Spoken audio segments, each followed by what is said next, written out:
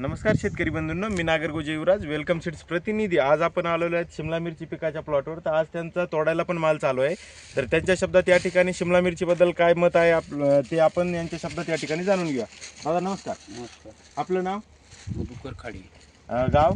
केकत सारणी, गाव किकत सारणी, तालुका केज, जिल्हा बीड। आपला मोबाईल नंबर? 95 61 17 53 12। आपण या ठिकाणी जी शिमला मिरचीची जात लावली आहे ती कोणत्या कंपनीची कोणती जात आहे?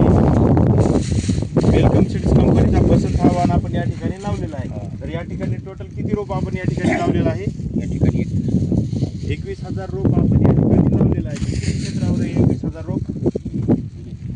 1.5 एकर क्षेत्रामध्ये आपण या ठिकाणी 21,000 रोप लावलेला आहे। तर कशी वाटली तुम्हाला व्हरायटी? तर या ठिकाणी आपण थोडा चालू केला आहे। आता आपण थेट जाऊया प्लॉट मध्ये बसंतच्या।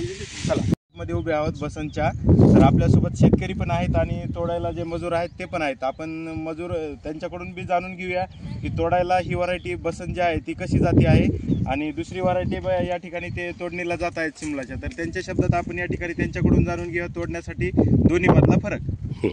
तर तुम्ही सांगा, आज आपण या ठिकाणी आहोत बसंतच्या प्लॉटमध्ये।